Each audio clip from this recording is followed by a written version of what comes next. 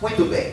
Você que trouxe a palavra de Deus ou trouxe o teu celular, abra a Bíblia no Evangelho de Lucas, capítulo 1. Nós vamos ler do versículo 5 em diante. E eu creio que assim como Deus falou muito forte hoje de manhã, Deus irá falar conosco também nesta noite, através da sua santa e bendita palavra. Lucas capítulo 1, do versículo 5 em diante. Quem achou, diga amém. Vamos lá então para a leitura. Nos dias de Herodes, rei da Judéia, houve um sacerdote chamado Zacarias, do turno de Abias. Sua mulher era das filhas de Arão e se chamava Isabel. Ambos eram justos diante de Deus, vivendo irrepreensivelmente em todos os preceitos e mandamentos do Senhor. E não tinham filhos, porque Isabel era estéril, sendo eles avançados em dias. Ora, aconteceu que, exercendo ele diante de Deus o sacerdócio na ordem de seu turno, coube-lhe por sorte, segundo o costume sacerdotal, entrar no santuário do Senhor para queimar incenso. E durante esse tempo, toda a multidão do povo permanecia da parte de fora orando. E eis que lhe apareceu um anjo do Senhor em pé, à direita do altar do incenso. Vendo, Zacarias turbou-se e apoderou-se dele o temor. Disse-lhe, porém, o anjo: Zacarias, não temas, porque a tua oração foi ouvida. E Isabel, tua mulher, te dará à luz um filho, a quem darás o nome de João. Em ti haverá prazer e alegria, e muitos se regozijarão com o seu nascimento. Amém? Glória a Deus. Muito bem, irmãos. Eu quero nesta noite, o título da nossa mensagem nesta noite é: Meu lar, meu céu, casa de Zacarias.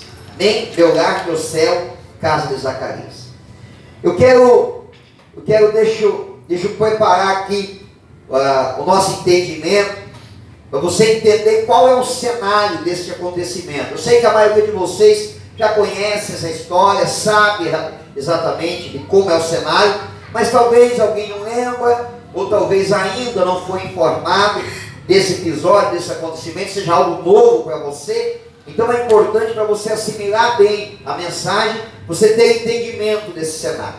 Bom, o episódio que eu narrei aqui aconteceu dentro do templo de Jerusalém. Templo esse que foi destruído já na era cristã, depois de Jesus, 70 depois do início da era cristã. Esse templo ele foi destruído. Agora, ele foi construído já 2 vezes no templo. 2 vezes ele foi destruído. Há uma polêmica muito grande em cima disso, porque muitos cristãos acreditam que um dos sinais da manifestação do anticristo é a reconstrução do templo, e a Bíblia tem muitos indícios a respeito disso. Eu também acredito nisso. Então há uma expectativa muito grande com relação a isso. A reconstrução do templo, ela é muito importante para alguns povos, tanto os muçulmanos como também o povo judeu. Então há uma expectativa muito grande, principalmente com relação ao povo judeu. O judeu da era cristã, eles tinham um objetivo de vida, porque o judeu se espalhou pelo mundo, isso desde os primórdios da humanidade. O povo judeu, o descendente de Abraão, ele tem se espalhado por várias nações. Não foi apenas no tempo do nazismo que os judeus eles se espalharam, tiveram que fugir pelo mundo. Foi também nesse período muito significativo, mas o judeu sempre teve espalhado por várias nações. E o judeu da era cristã, eles tinham uma meta, um objetivo de vida, que era pelo menos uma vez na vida, viajar, não importava onde morasse, fazer uma viagem da sua terra até a Terra Santa, até Jerusalém, para poder fazer pelo menos uma oração dentro do templo. Porque o templo para o judeu, ele tem um significado muito importante. O templo templo para o judeu, ele representa a presença de Deus sobre a vida do povo judeu. Então ele é muito significativo, ele é tão significativo, e ele ganhou uma conotação muito grande também em todo mundo hoje, não apenas para o judeu, não apenas para o cristão, todas as religiões têm uma referência muito grande com relação a isso. O templo que foi destruído, só sobrou o muro em Jerusalém, que é hoje conhecido como o Muro das Lamentações. É a única parte do templo que sobrou. E você sabe que há uma peregrinação de vários povos que vão até Jerusalém para poder pelo menos fazer uma oração diante do Muro das Lamentações. Personalidades do mundo têm como objetivo de ir lá. Várias pessoas têm. Então, para você entender a importância que o templo tem, principalmente para o povo judeu. Essa expectativa hoje perdura na vida de muitos judeus. Judeus que estão em vários lugares do mundo têm um objetivo de vida, pelo menos uma vez na vida, viajar para Jerusalém para fazer uma oração diante do Muro das Lamentações. Muito bem. Vamos voltar para a era cristã, para o início da era cristã, no tempo de Zacarias e Zaqueu. Quem era Zacarias? Zacarias era um sacerdote, e a Bíblia faz questão de frisar que ele e a sua esposa, eles eram pessoas de Deus de verdade. Eles eram pessoas que testemunhavam uma vida com Deus. Eles seguiam os preceitos, eles seguiam os mandamentos, eles eram não apenas religiosos, eles eram pessoas que temiam a Deus. E Zacarias era um sacerdote, quer dizer, Zacarias, ele tinha um ministério sacerdotal, ele era um descendente de Levi, ele era um levita, e ele era um sacerdote do templo, ele servia, ele trabalhava na obra, ele tinha um ministério, ele tinha um envolvimento com as coisas de Deus, maior do que a maioria das pessoas tem. Então ele era um sacerdote. E todo sacerdote, ele poderia, não quer dizer que aconteceria, mas todo sacerdote, ele poderia ter uma oportunidade única na vida, de entrar numa parte do templo que pouquíssimas pessoas podiam entrar. Era um lugar chamado o Santo dos Santos. O altar do templo, ele era dividido em duas partes. E essa parte era a parte mais alta, a última parte do templo, que ela era dividida por um véu. Esse véu, ele se rasgou no momento que Jesus expirou na cruz do Calvário. E a Bíblia diz que esse véu se rasgou de cima a baixo. Que esse véu, ele tinha uma representação de separação. Ele separava Deus dos seres humanos, dos homens. Então, no Santo dos Santos não é qualquer pessoa que entrava. Somente o sacerdote. E assim, você vê que Zacarias era velho, já tinha idade, era um homem avançado de idade. E foi a única oportunidade na vida que ele teve de entrar no Santo dos Santos.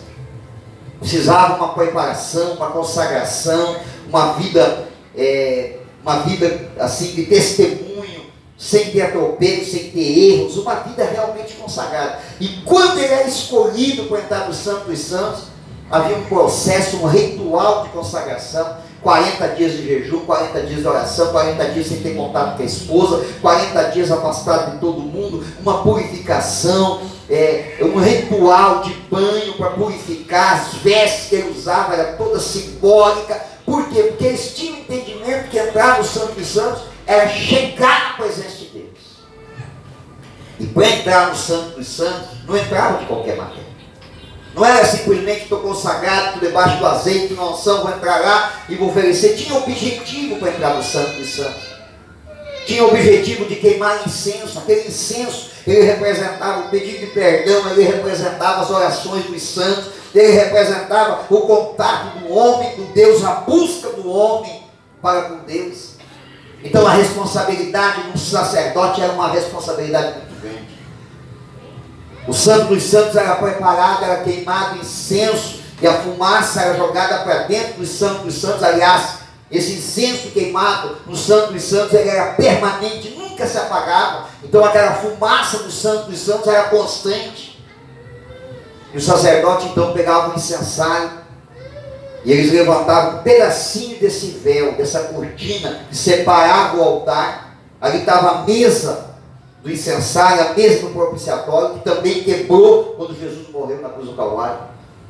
E o sacerdote, em uma parte do altar, era afastado um pouquinho o véu, o suficiente para ele entrar. E ele entrava com a cabeça baixa, olhando para os pés. Ele não ousava levantar a cabeça. Até quando? Ele ficava com o incensário queimando, produzindo fumaça, até que não enxergasse mais os pés. Porque havia uma ideia de que o ser humano só pode ter um contato mais aprofundado com Deus quando ele deixa de olhar para si mesmo, para poder olhar somente para Deus. Zacarias fez todo esse ritual, queimou incenso. E tem mais uma, ele ia com uma espécie de um cordão amarrado na cintura, porque eles tinham entendimento, não sei se isso já tinha acontecido ou não, mas eles tinham esse conhecimento, esse entendimento, essa tradição.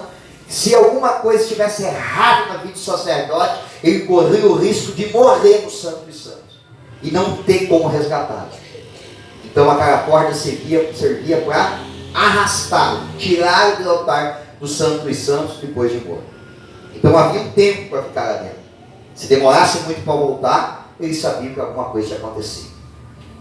Chega o dia de Zacarias entrar no Santo dos Santos. Tudo isso é feito, esse ritual perfeito é feito para entrar. Zacarias entra no Santo dos Santos.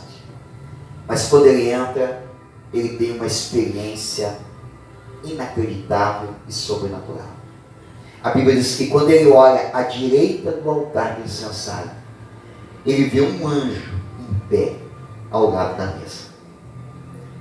Interessante porque o Santo dos Santos está tomado de uma fumaça densa. Ele não consegue enxergar nem os pés, mas ele consegue enxergar o anjo.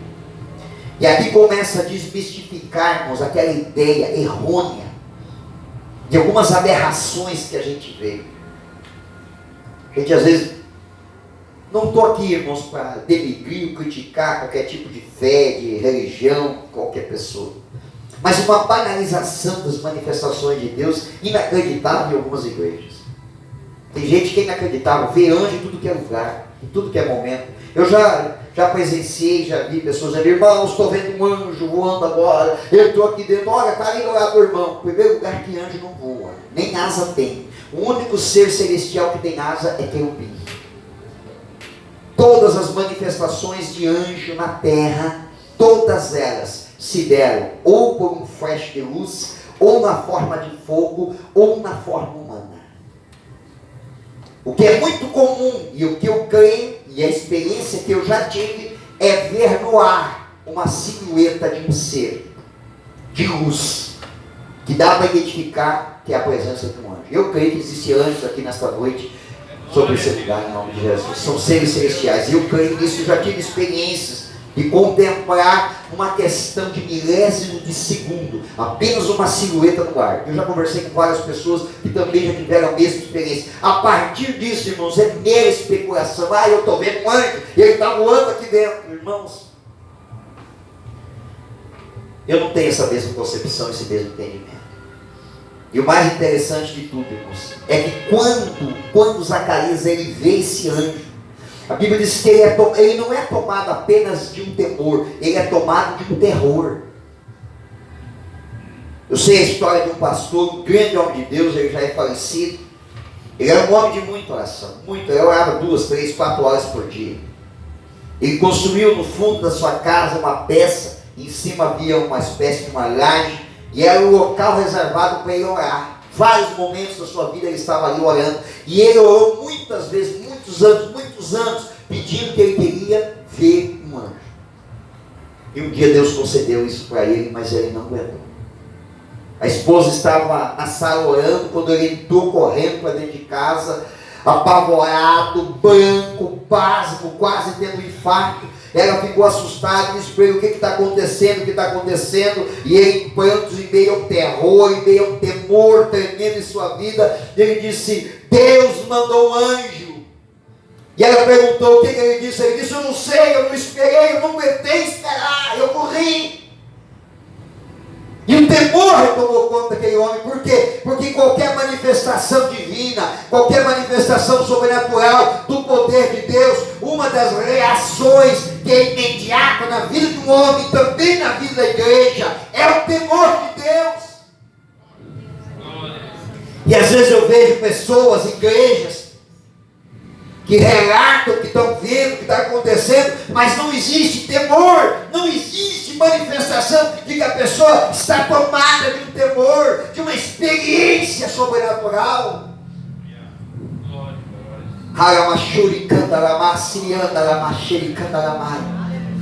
Um temor e um terror tão grande tomou a vida de Zacarias. As pessoas estavam do lado de fora, ninguém estava vendo, ninguém estava entendendo, mas estava todo mundo orando e apreensivo para saber o que estava acontecendo no Santo dos Santos. Mas ali Zacarias estava tendo uma experiência tão forte, tão tremenda. Eu já relatei isso aqui, mas eu acho que cabe bem eu falar disso nesta noite. Vou cuidar para não passar do horário. Nós sempre tivemos a prática de muita oração, jejum, consagração, busca de Deus, tempo de retiro, tempo de se afastar para orar. E em Novo Hamburgo nós íamos bastante numa chácara orar. A gente ia para lá, eu cheguei a ir para lá ficar uma semana, eu com a pastora fomos para lá 3 dias. Depois que estávamos aqui em Santo Antônio da Padura, fomos lá uma vez, ficamos, não me lembro se 3 ou 5, 3 dias lá, orando, jejuando, tirando aquele tempo de oração. E nós fomos em uma oportunidade a orar. Eu fiquei uma semana orando.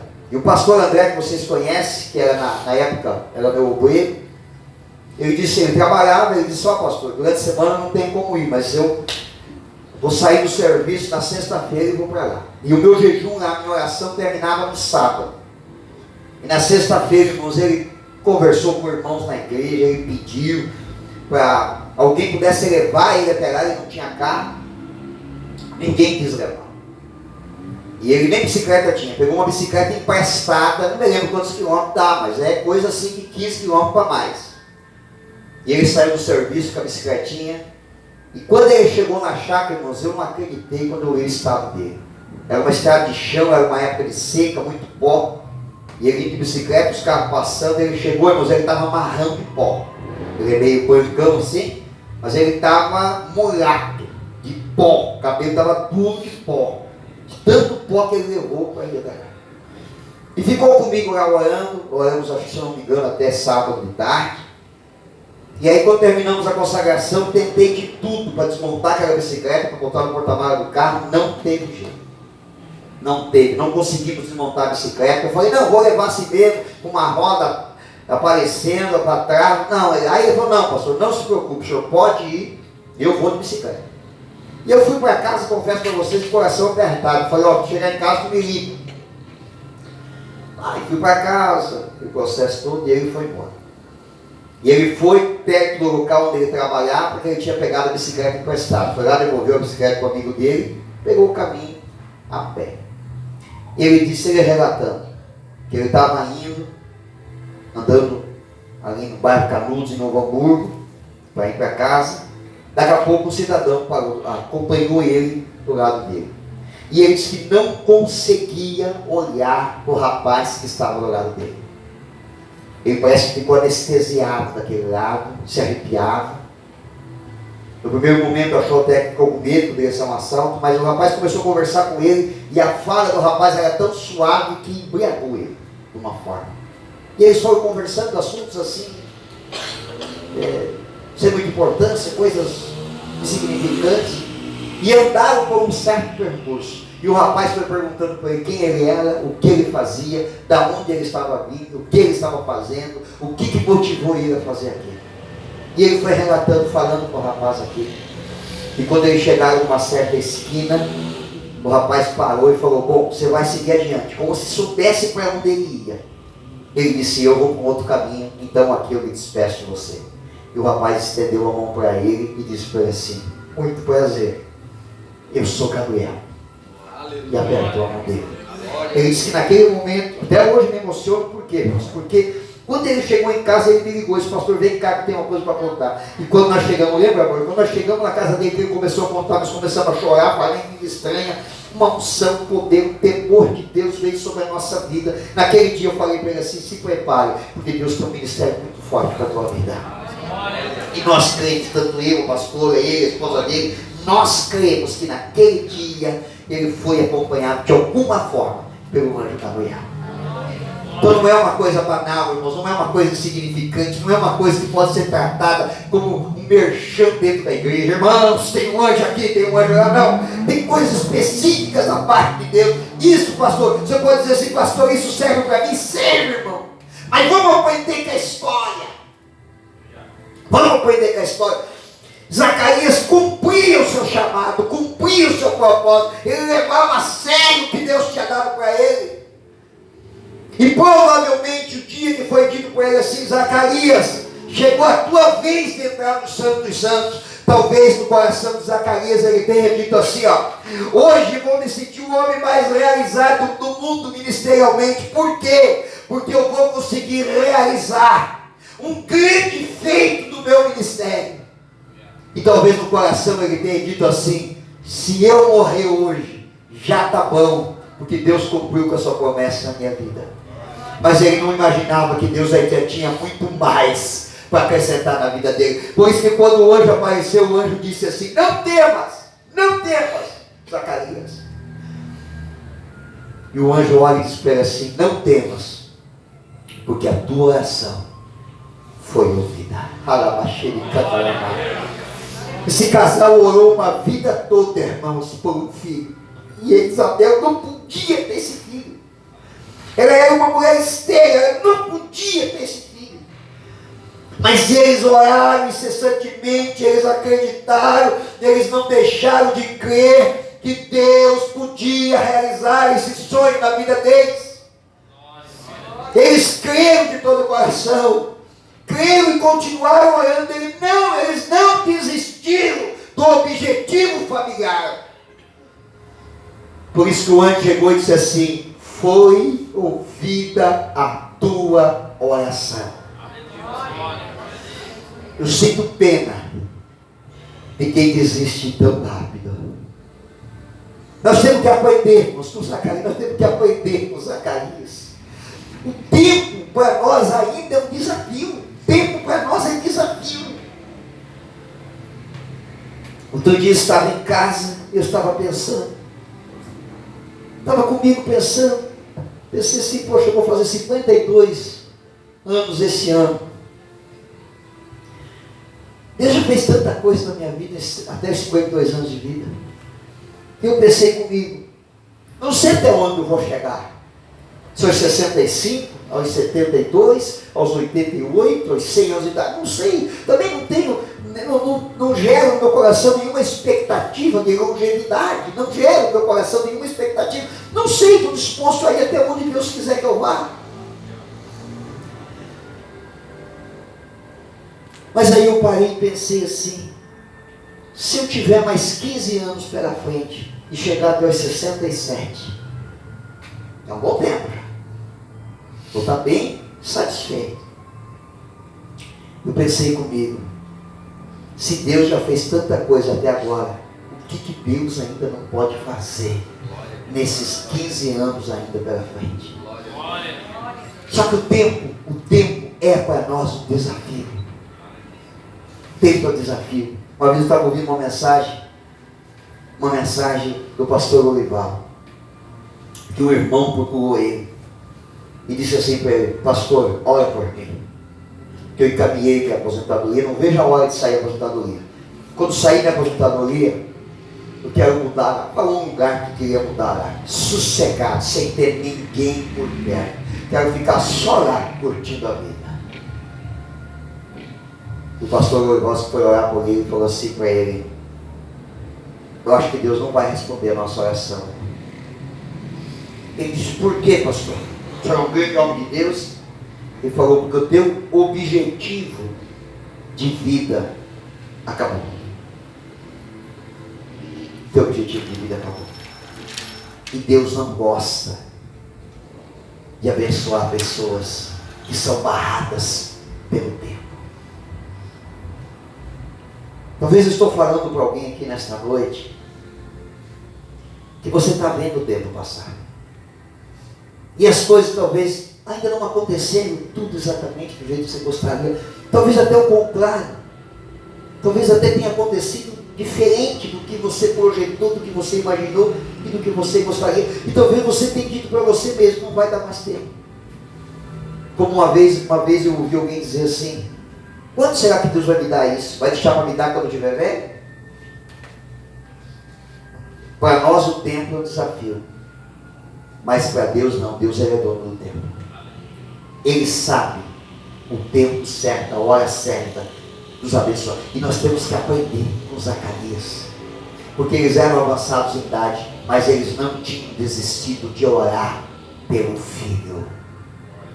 Orar pelo filho.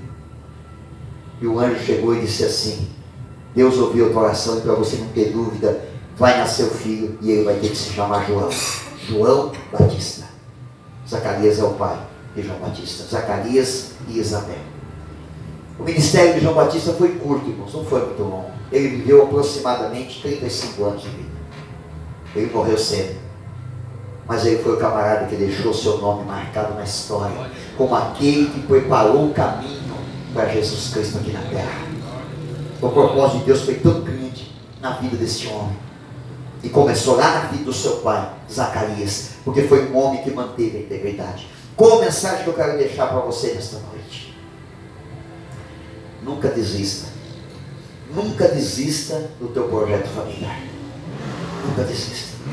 Nunca dê um passo atrás. Fique firme. Não deixe jamais o tempo dizer para você que não vai dar mais. Deus tem o momento certo, a hora certa. Se você se manter orando pelo teu projeto familiar, não importa onde o teu filho esteja. Ele pode estar na droga, ele pode estar dentro de um presídio, ele pode estar num casamento ruim, ele pode estar afastado da presença de Deus, ele pode estar dizendo não para o ministério. Não desista do teu projeto familiar. Porque se você se mantiver orando, a qualquer momento, Deus vai fazer uma obra na vida dele.